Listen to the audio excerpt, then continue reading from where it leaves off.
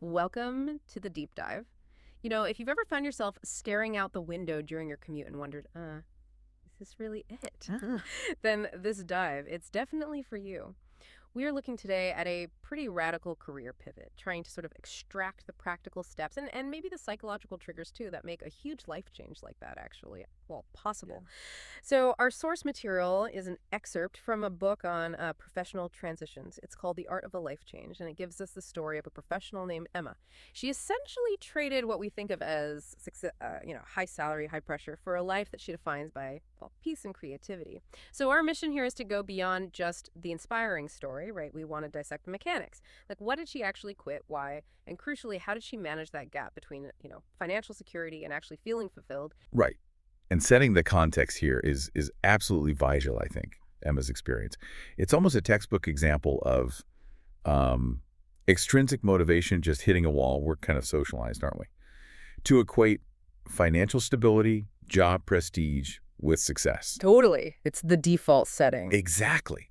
Yeah. But what happens when those external rewards, the good salary, the fancy title, what happens when they come at the direct expense of like your inner satisfaction? When those metrics of success are just fundamentally clashing with your own sense of well-being, that that dissonance, it creates this unsustainable life structure. And that feeling, as Emma found out, is often the necessary thing that has to happen before any radical change. It's the precursor. Okay. So let's unpack that starting point. Her initial state. So 2 years before she made this jump, Emma was like deep in a big company in the city. And, on paper, she was doing great. The salary was fine, quote unquote. The job was good. She had room to move up. Objectively thriving, yes. But internally, she describes feeling completely stressed and unhappy. And we really need to understand the true cost of that stress. It wasn't just vague unhappiness. The source points to a really specific burden, working more than 10 hours a day. Wow. More than 10 hours. Yeah. And that's not just long hours, right? Mm. That's the complete erasure of your identity outside of work. Mm-hmm. The opportunity cost of those hours was huge. She had, quote, no time for myself or my family. Mm. So this isn't just about, hating your job tasks.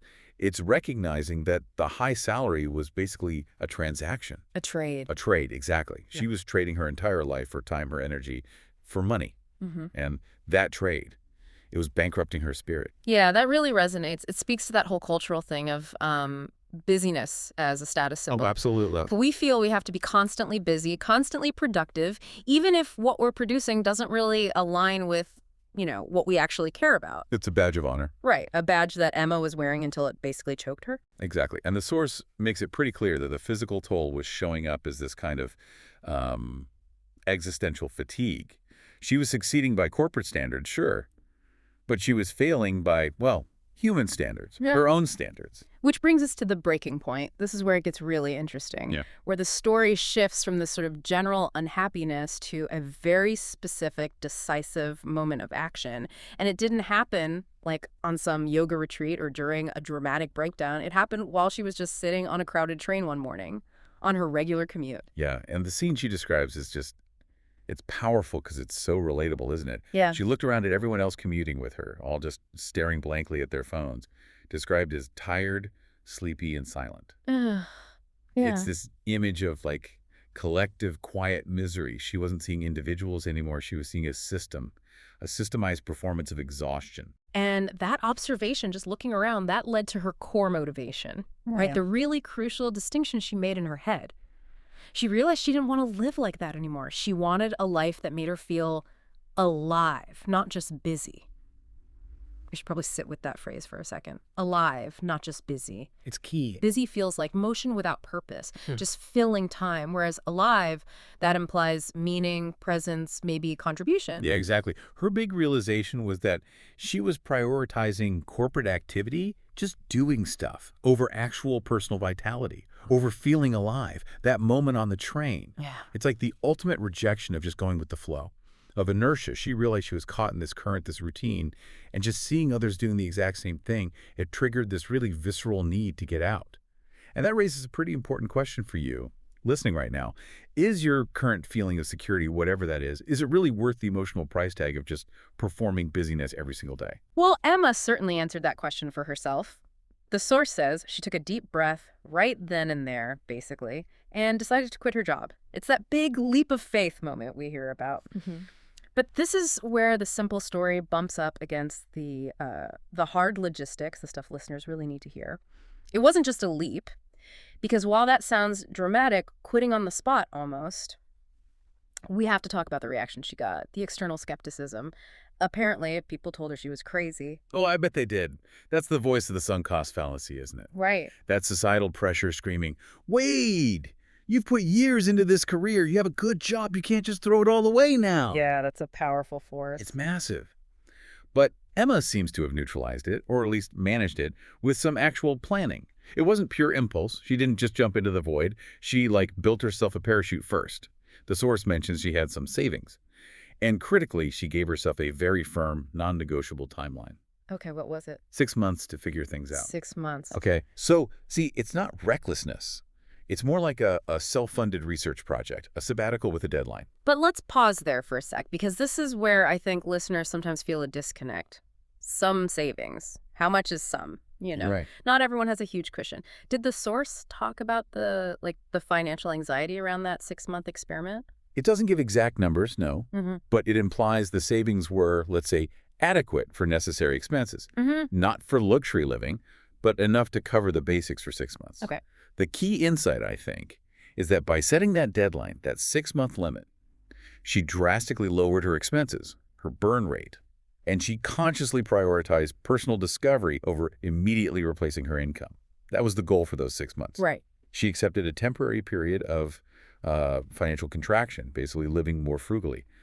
Because presumably, the opportunity cost of staying stuck in that unhappy corporate role felt far greater than the cost of tightening her belt for half a year. So she was trading potential future earnings for immediate identity capital? Is that a way to put it? That's a great way to put it, yeah. Investing in identity capital. Okay. So the 6 months were an investment.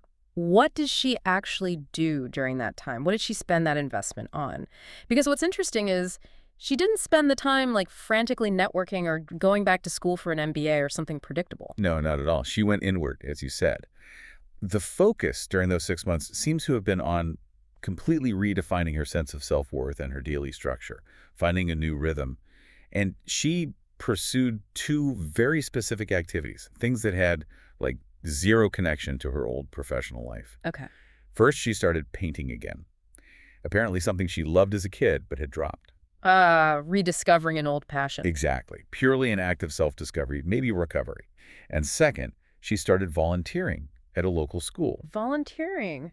Doing what? Teaching art to children. Okay, wow. So she swapped spreadsheets and client meetings for, canvases and kids? Pretty much. Yeah. And this shows that the transition isn't just about quitting something, is it? It's about actively replacing the old structure, the long hours, the commute, the corporate goals, with a new structure that's personally meaningful. And the volunteering part feels really important there. I think so, too. She wasn't just sitting at home painting in isolation.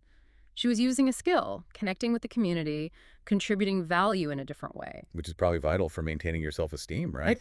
Especially after leaving a job that maybe gave you external validation or prestige. Definitely. Yeah, that combination, blending her personal passion, the painting, with a form of service, the teaching and volunteering that seems to be the foundation for what came next, and the emotional shift. The source says it was immediate and profound. She felt peace. And for the first time in years, she felt truly happy and free. Peace, happiness, freedom, that's the ROI on her 6-month investment. Exactly. Not measured in dollars, but in, emotional and spiritual well-being. And she was upfront about the money, right? She explicitly said she didn't earn as much as before. Yeah, she emphasizes that. The value she gained was internal contentment, peace, not the income level she had before. That's the ultimate currency exchange, isn't it? Trading the perceived security of a high salary for the actual freedom of feeling at peace. It is. And that financial restructuring, accepting a potentially lower or less predictable income, that's probably the hardest part for many people to grapple with. Sure. She moved from that extrinsic, guaranteed paycheck model to something more intrinsic, maybe more nonlinear in terms of income. Her work was no longer the main source of her identity or validation. It became perhaps more of a mechanism to support the life she actually wanted to lead. So, okay, how did this 6-month period of painting and volunteering actually turn into a sustainable career? How did she make that leap? If we try to connect this to the bigger picture, it sounds like she sort of created her own like portfolio career centered around these things she actually cared about. That's a good way to look at it. Her current reality, according to the source, is that she now runs her own small art studio. Ah, okay. Yeah. So she made it work. Seems so. And the path feels quite logical, actually, when you trace it back. The volunteering at the school, that gave her immediate real-world application for her skills. It let her test out teaching, see if she liked it, build confidence. Right. Practical experience. And the personal painting she was doing, that rebuilt her own artistic competency and, well, our passion for it. So she basically synthesized those two activities, the making art and the sharing art. Okay. Her old corporate life was about, selling her time to make money for a big company. Her new focus is explicitly helping others express themselves through painting. So she turned her passion into a service. Exactly. A marketable service, probably built on some of the community trust and connections she made while volunteering. It gave her mission inherent meaning. And this new structure, maybe teaching classes, selling her own work, managing a small studio, it completely replaces that rigid, single-focused corporate structure she left behind. It really is that synthesis of passion and purpose. It shows that a radical change doesn't have to mean becoming like adrift or directionless. Not at all. It means finding a direction that's genuinely yours. Okay? So for the listener who's followed this whole journey, maybe feeling inspired, but also maybe paralyzed. That's common. Emma apparently offered some really clear advice, specifically for people who dream about making a change like this, but feel, quote, too afraid to try. Yeah, and her main advice, her prime directive, it tackles that psychological barrier head on. Don't wait for the perfect time. The perfect time trap. Exactly. She gets that we use this idea of perfection, needing the perfect amount of savings, or waiting for the perfect market conditions, or just the perfect moment. We use it as a really sophisticated way to procrastinate. Yeah. To avoid the scary leap. Right. She states it plainly. There is never a perfect moment to change your life. That waiting game. It really is a silent killer of dreams, isn't it? It can be. So, if you accept that, if you accept there's no magical, perfect moment, then what's the practical step? What's the actionable thing for someone who feels stuck right now, maybe on that same tired, silent commuter train? Well, her recommended practical step follows directly from that. It's start small. Take one step today that moves you closer to the life you really want. Okay, start small. One step. Yeah, it's the anti-inertia strategy. The change doesn't have to begin with dramatically quitting your job tomorrow. It starts with something achievable, maybe signing up for that evening class you've been thinking about, or dedicating, say, 2 specific hours every single week to that passion you've let slide. Painting, writing, whatever it is. Or even just doing the research. Spending an hour figuring out the practical logistics of what a 6-month sabbatical might actually look like for you. One small step. That makes sense. The small step strategy works because it lets you gather evidence, right? Evidence that the new life or elements of it are actually possible. Yeah, and that reduces the psychological risk. Yeah. It makes the eventual bigger leap feel less terrifying. Exactly. It lets you build that identity capital on the side, maybe while you're still drawing your regular salary. It's less of an all-or-nothing gamble. So, to recap Emma's journey, from that feeling of collective, silent exhaustion on the crowded train to the calculated leap of faith, supported by savings, and that crucial 6-month timeline. Right. And finally, landing in a place of freedom and finding meaningful purpose running her own small art studio. It's a really powerful roadmap, I think, for anyone tempted to reject those purely external measures of success in favor of finding, well, internal peace. It really is. And maybe here's a final thought for you to chew on based on all this. Okay. If the biggest barrier to making a big life change is waiting for that mythical perfect time, what assumption about security are you implicitly accepting every single day you don't take even one small step? What assumption about security? Yeah. You're likely assuming that your current situation, even if it's stressful or draining, is somehow inherently secure, guaranteed, stable, when maybe it isn't as secure as it feels, or the cost is too high. Precisely. So the challenge is, can you identify the smallest possible action you could take? Maybe tonight, maybe this weekend. The equivalent of Emma signing up for one art class or just setting aside one dedicated hour for that thing you've forgotten you love. And really ask yourself, What security do you truly gain by delaying that first necessary step toward feeling, you know, truly alive?